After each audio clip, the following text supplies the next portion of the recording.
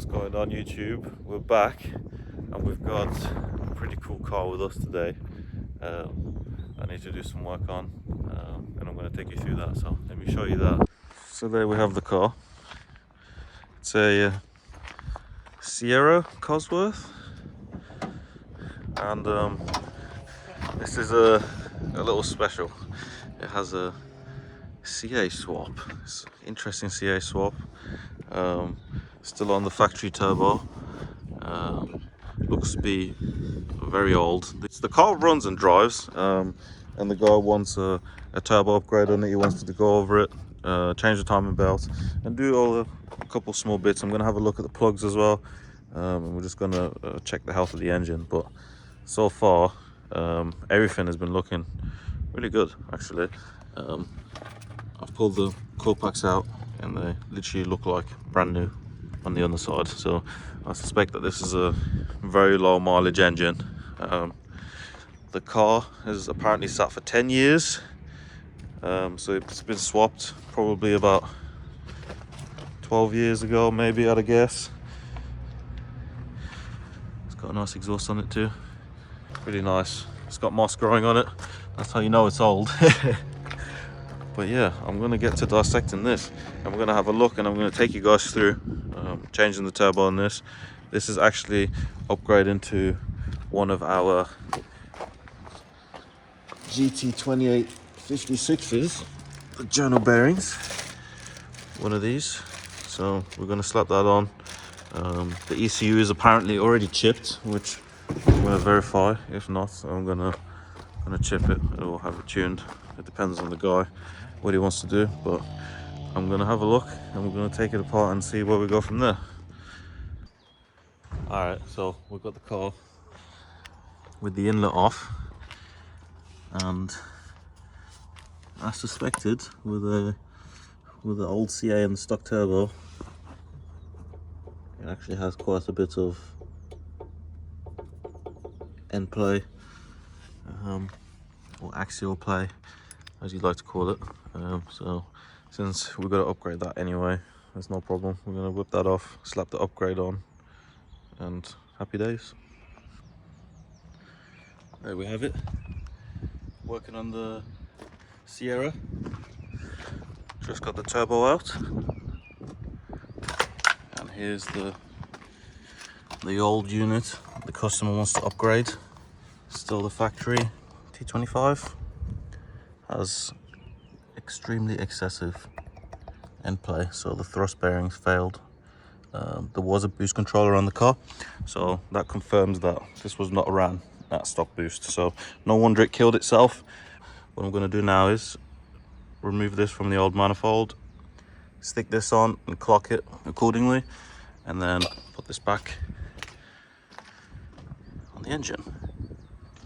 So with the magic of editing, I'm going to make sure that this now looks like this. The turbo's on the car, but whoever did the swap didn't account for the engine mount with a bigger turbo. So what I'm doing right now is modifying the engine mount. Step number one is just to make it fit, and then we're going to go for the inlet bolt and deal with that. So I'll keep you guys posted. I'm going to modify this now and see what happens. So here we have finished engine mount. I've just welded it up, just removed the section out of here, dropped it down and welded the piece in, just to make some clearance for the inlet of the turbo. And that's ready to go now, ready to put back in the car and assemble everything else. And boom, it's complete.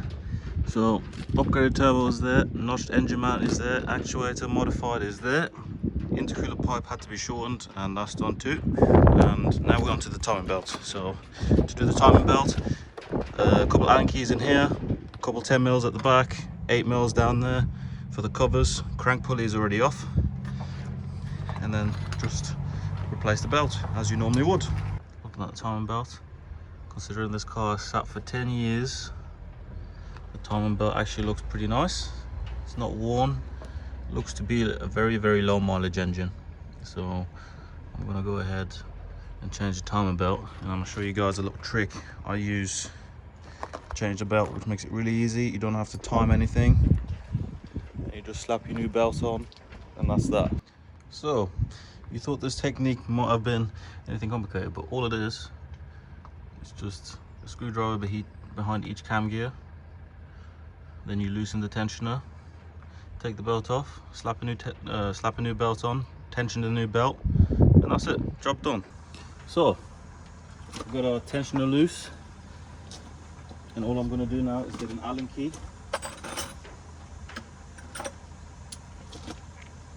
Move that tensioner back.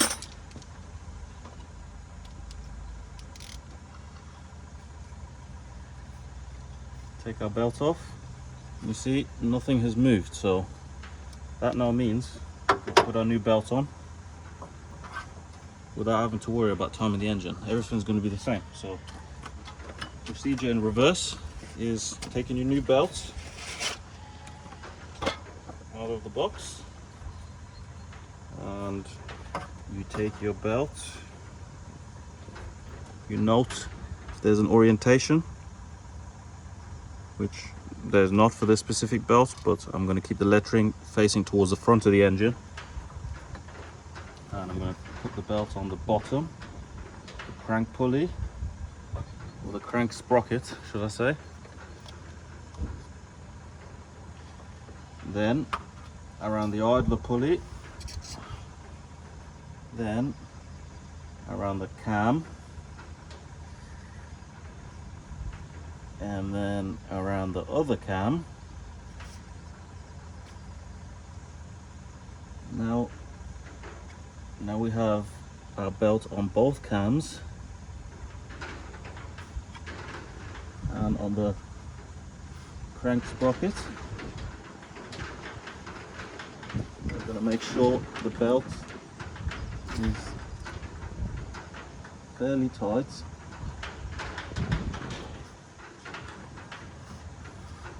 And now it's time to adjust the tensioner for the belt. What we're going to do is move this tensioner back, which obviously have to have the belt in front, otherwise I can't slip the belt past.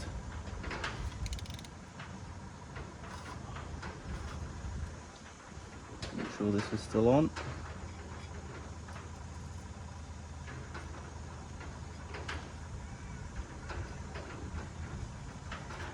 Follow that around, tensioner all the way back, make sure everything is on.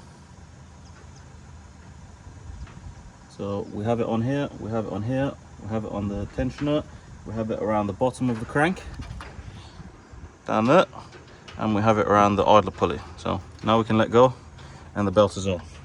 Since this is automatically tensioned via the original tensioner, all we're going to do is nip it up and turn the engine over just to make sure everything is good. We're going to check the timing marks and make sure they align, and we can go from then. That's it. I'll just change the timing belt in literally 2 minutes without having to mess about timing the engine, doing any of that long stuff. Just 2 screwdrivers and a new belt.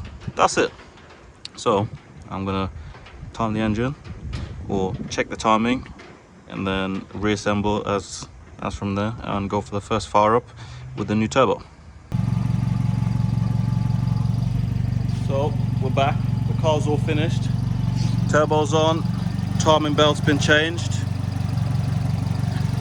Already took it for a test drive, it drives really nice.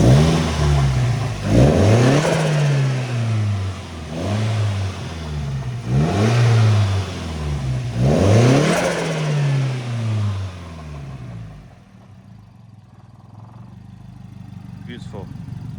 All done. Here's a little walk around of this beautiful Sierra.